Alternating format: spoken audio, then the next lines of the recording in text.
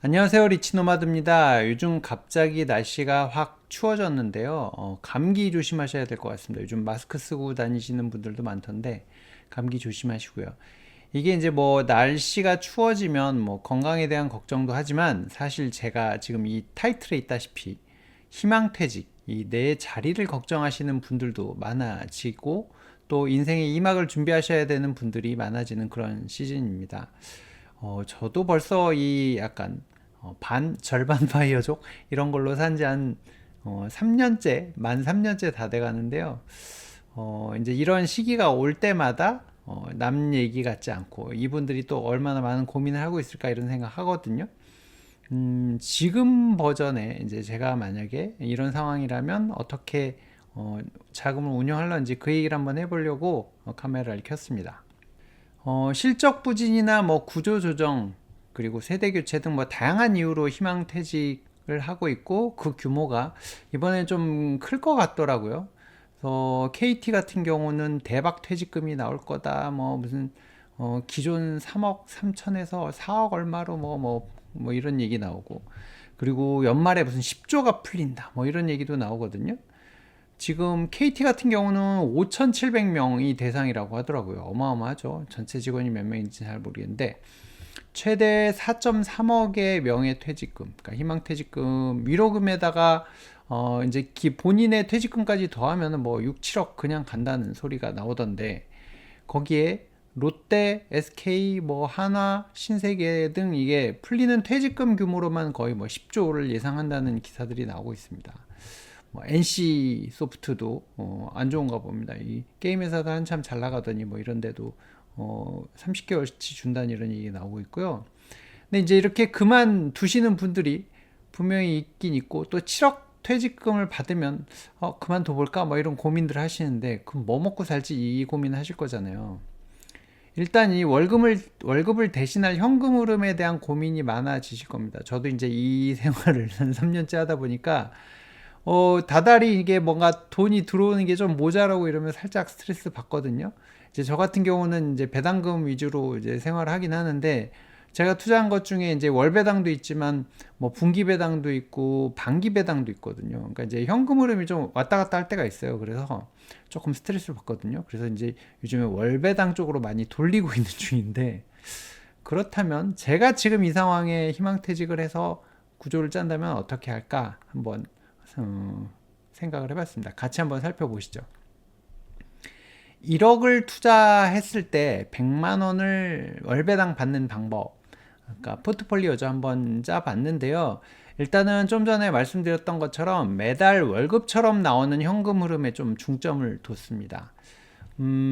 아무래도 다달이 따박따박 나오는 월급을 받다가 안 받으면, 못 받으면, 이 굉장히 좀 심리적으로 스트레스를 받기 때문에 일단 현금 흐름. 그러니까 아까 뭐 7억씩 받으신 분들 중에 뭐 이제 그런 분이 이제 1, 2억, 뭐 2, 3억 투자하고 나머지는 이제 뭔가 안전하게 좀 묻어 놓는다든지 아니면 좀 더 성장성 있는데 한다든지 이제 그건 본인 상황에 따라 좀 달라지겠죠.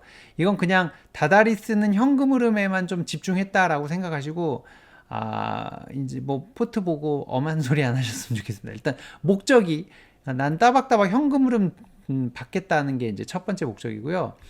일단은 지금 뭐 요즘에 분위기가 아무래도 국내 시장이 조금 지지부진하다 보니까 국내 35, 미국 65의 비중으로 나눠봤고요. 그리고 주식 70, 채권 30, 약간 전통적인 분류죠. 약간 이제 이렇게 한번 나눠봤고, 근데 이제 이렇게 현금 흐름을 받다 보면 세금이랑 그 건보료에 대한 부담이 또 생기거든요. 퇴직을 하셨기 때문에 이제 지역 가입자의 뭐 세금 부담 이런 게 이제 생기기 때문에 건보료까지 이제 그런 부분을 고려해서 세금 부담이나 이런 부분 고려해서 또 그리고 코스피가 그래도 좀 저평가돼 있다는 얘기들은 계속 한단 말이죠. 지금 뭐 PBR 기준으로 0.9배 정도밖에 안 돼 있는데 국내 주식 커버드 콜에다 좀 투자를 해서 세금을 덜 내는 방법으로 그리고 건보료도 좀 덜 나오는 방법으로 한번 좀 고려를 해보려고 합니다.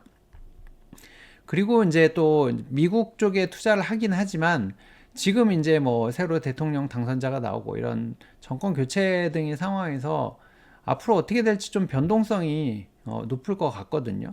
아무래도 불확실성이 생겼잖아요. 이 정책에 안정성이 있는 사람이라기보다는 그때그때 달라요. 막 즉흥적이기 때문에 좀 안정성 있게 간다면 어떻게 해볼까 해서 이제 포트를 한번 짜봤거든요.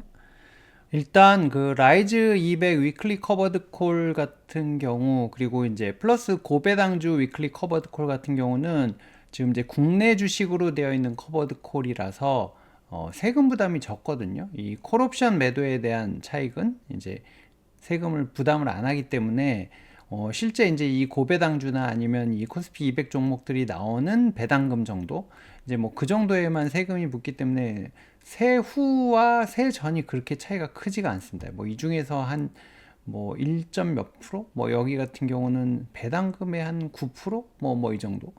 이제 배당금의 9%니까 실제 뭐 배당이 뭐 한 5, 6% 나온다 그러면은 0.5%뭐 이렇게 되는 거잖아요.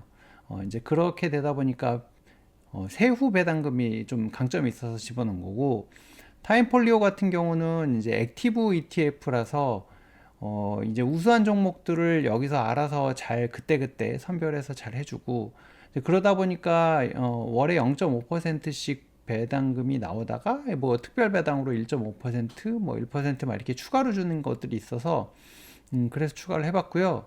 일단은 또 이제 미국 같은 경우는 미국 배당 다우존스 타겟 커버드 콜, 뭐 SCHD가 워낙 안정적으로 잘 가니까 거기에 커버드 콜 씌워서 배당률을 좀 높여놓은 상품이라 월배당이고, 그래서 이제 이걸 넣어봤고요. 다음에 이제 타이거 미국 S&P 타겟 데일리 커버드 콜 같은 경우는 어쨌든 뭐 S&P 500은 기본으로 갖고 가야 되니까 이것도 연 10% 정도 나오니까 이제 집어넣은 거고, PDI라고 이제 제가 이 사이트에서 이 채널에서 몇 번 말씀드렸던 폐쇄형 펀드, 이제 하일드 채권이랑 이제 모기지에 투자되어 있는 이제 PDI 같은 경우도 한번 같이 구성을 해서 한번 투자를 하는 걸로 시뮬레이션을 해봤습니다. 이렇게 하면 연배당률 12% 정도 나오는데 세후로 봐도 11% 정도 나옵니다. 한 달에 91만 7천 원 수령하고요. 그러니까 세전으로 하면 한 달에 100만 원 정도 되는데, 이렇게 이제 한번 짜봤고, 나머지는 거의 같은데 국내를 30으로 줄였고 미국을 70으로 올렸고요. 주식과 채권의 비율을 8대 2로 바꿨습니다. 이제 트럼프 집권기에 이제 미국 중심으로 아무래도 성장할 것 같고, 이제 고금리 상황이 조금은 더 유지될 수 있다는 전망들이 나오고 있거든요. 그렇다 보니 조금은 더 공격적인 어떤 그런 구성으로 하는 건데, 일단 나머지는 좀 같고 금액만 이제 좀 바뀌죠. 금액만 좀 바뀌는데, 여기에 추가된 게 이제 미국 나스닥 100 데일리 커버드 콜 OTM 이번에 새로 나온 건데, 이게 뭐 최대 20%까지 배당률이 나온다고 하거든요. 근데 이제 그냥 보수적으로 15% 정도 잡고, 나머지는 이제 금액을 좀 조절하고 PDI를 이제 2천만 원을 좀 줄였습니다. 채권 쪽에 고금리 상황이 이제 계속 그러니까 유지가 된다고 하면 이게 조금 더 약세를 보일 수도 있어서, 어쨌든 이제 배당금이 꾸준하게 가고 그래도 막 그 주가가 올라가진 않더라도 안정적으로 갔으면 하는 이제 포트이기 때문에 그렇게 했고요. 이제 그렇게 해놨을 때는 오히려 지금 뭐 12.4%인데 10.9%로 조금 이제 내려가는 느낌이 있잖아요. 근데 이제 이게 뭐 상품 설명만 따르면, 아직 이제 나온 지 한 달밖에 안 돼서, 한 달도 채 안 돼서 정확하게 모르겠지만 20%까지 만약에 올라간다고 치면 이제 뭐 13.1%에 11.5%, 그리고 어쨌든 나스닥이 조금 더 상승할 수 있는 여력이 더 있다고 보여서 이제 그렇게 한번 구성을 해본 거거든요. 이제 저는 이렇게 짰는데 여러분들은 또 어떻게 생각하실런지. 물론 이게 이제 커버드 콜로 죄다 씌워놔서 이거 갖고 말씀을 하시는 분들도 있겠지만, 아까 앞서서 서두에 얘기한 것처럼 이제 현금 흐름에 중점을 둔 겁니다. 이거는 어떻게 보면 따박따박 그 오피스텔 하나 얻어서 아니면 상가 하나 얻어서 월세 잘 나오게 만드는 거에 중점을 둔 거니까, 집값 올라가는 거는 다른 부동산 사시고 다른 주식 사시고, 그러니까 성장하거나 이런 거는 이제 좀 다른 쪽에 맡기고, 이건 지금 나한테 다달이 월급 가져다 주는 애로 세팅한 거니까, 다른 의견 있으시면 여러분들도 좀 같이 아이디어를 나눠주시면 좋을 것 같습니다. 실제 이런 상황이 있으신 분들이 댓글 달아주시면 더 좀 와닿을 것 같고요. 오늘은 여기서 마치도록 하겠습니다. 고맙습니다.